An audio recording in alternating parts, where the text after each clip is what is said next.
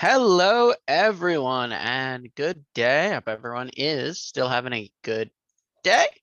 So, continuing what we saw in class, we were talking about the idea of solubility, and we said that that's in black.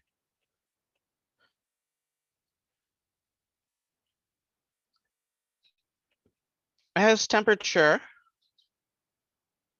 decreases,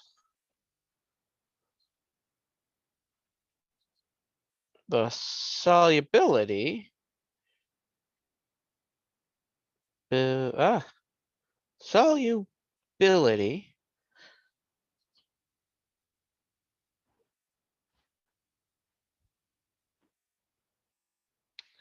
of salts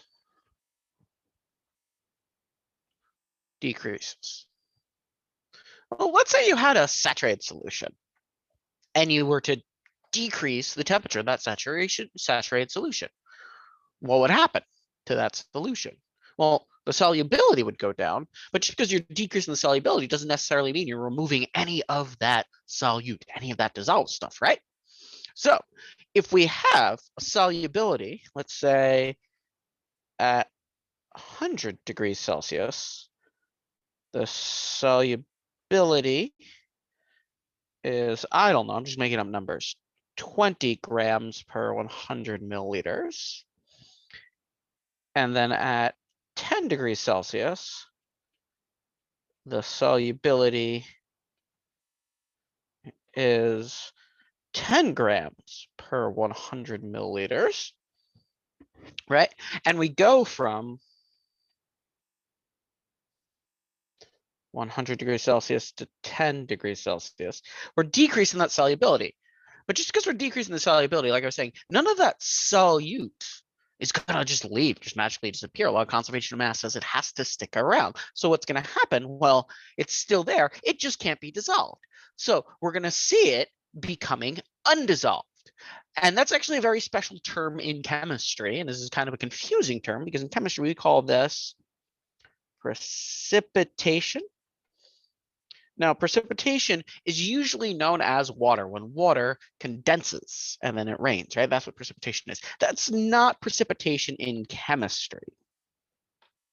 Precipitation in chemistry is specifically when a solute goes from being dissolved excuse me, to being undissolved. It has to be dissolved in the first place, and it has to go from being dissolved to being undissolved. So if we just had like a pond and you drop a rock in it, you wouldn't say that rock precipitated out. No, you just dropped a rock in it. Let's look at it picture-wise. So here we go. Here's at my 100 degrees Celsius. So my solution is just going to look like that, right? Let's forget about this function. And then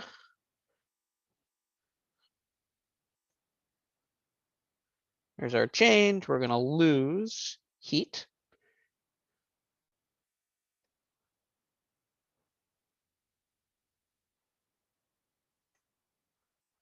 And this will be at our 10 degrees Celsius. And so what it's going to look like, you're still going to have that liquidy solution, but at the bottom, you're going to have like these particles, right? You're going to have all this solid settle at the bottom. And then we would call that stuff at the bottom. That's the precipitate. Precipitate. So it's kind of both a noun and a verb, right? So that's what's going on. That's what we call a precipitation change. You can actually get this through a chemical reaction. It doesn't only happen through a physical change like this. If you do any reactions in which you start with two soluble solutions and then you create an unsoluble solution where it precipitates out, that's what we call a precipitation reaction. We've actually seen those. Those are our double replacement reactions, right? So let's look at an example problem. Let's say we had a saturated solution. Oh, hold on. Let's restart that. Sorry.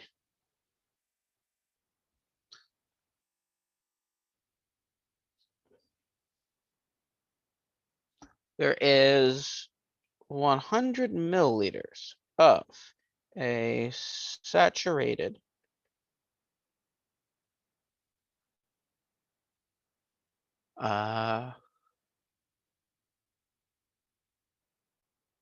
nope. I want to make sure it's worded right. Basically, we're going to be using the chart.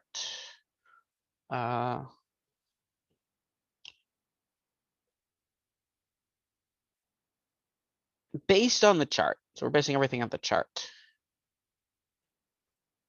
A saturated, is it KCl? Yes. KCl solution is made at 90 degrees Celsius.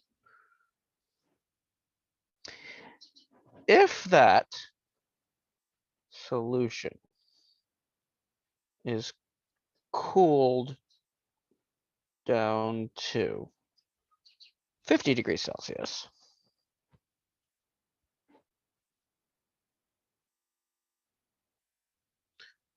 how much solute would precipitate?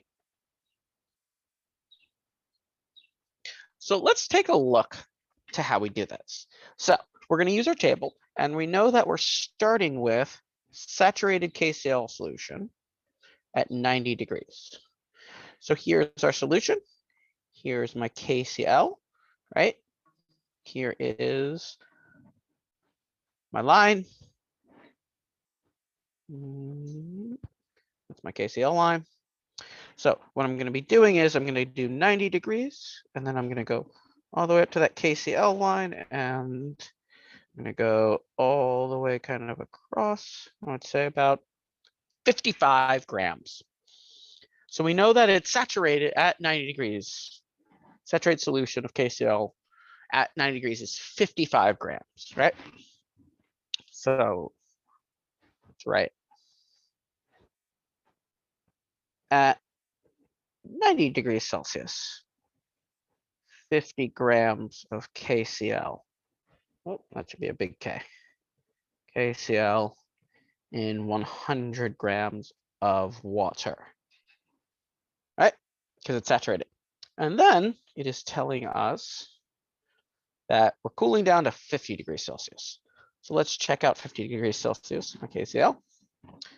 50 degrees Celsius. Go up to the line, and that's what, 43, right? So we'll say that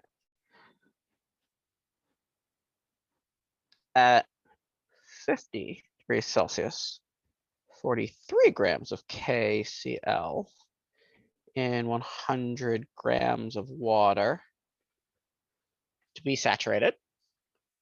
And so it's simple math that we would do 50 grams KCl minus 43 grams of KCl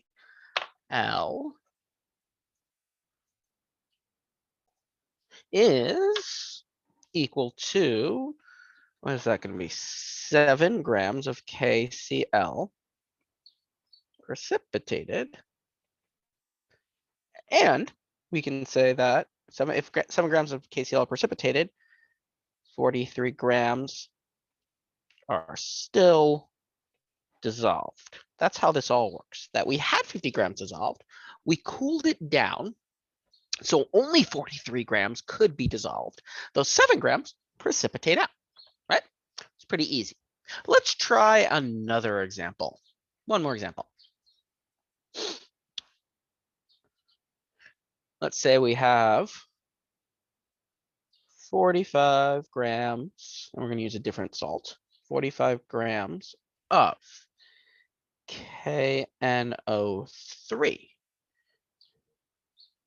are dissolved 100 grams of water at 90 degrees Celsius. If the solution is cooled to 20 degrees Celsius, same type of questions. How much precipitates and how much is still dissolved? So, same deal. I'm going to look at KNO3 and at 90 degrees Celsius. So instead of KCl, now I want, it's all the way up here. KNO3. So KNO3. And then at 90 degrees, oh my goodness, that's not even on the chart. What do? I can't even find this. Well, let's just reread the question. It says that 45 grams of KNO3 are dissolved in 100 grams of water. What this chart tells us isn't what has to be dissolved. This chart tells us the maximum that can be dissolved. 45 is down here, right? And if we find the KNO3 line, right, there's the KNO3 line. If I go over to 90, way more than 45 grams can be dissolved. But just because it can doesn't mean it is. In other words,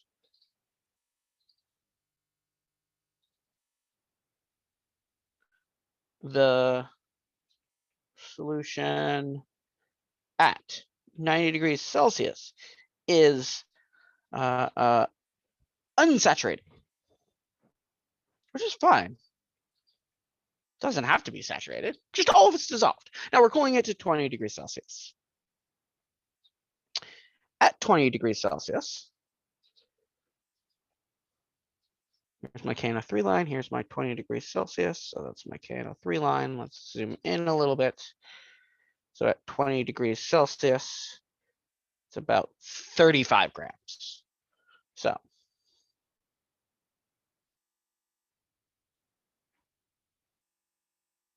at 20 degrees Celsius,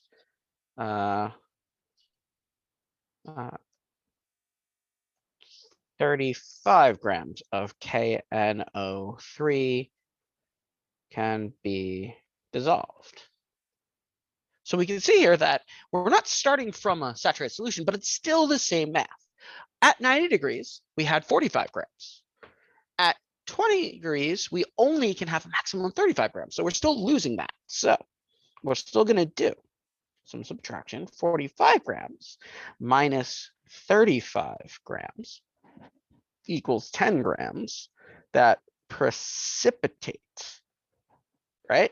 And 35 grams are still dissolved. Not super difficult, right? So we will continue talking about this, but I hope you enjoyed this little lesson. Everyone, I hope you have a good rest of the day. Bye.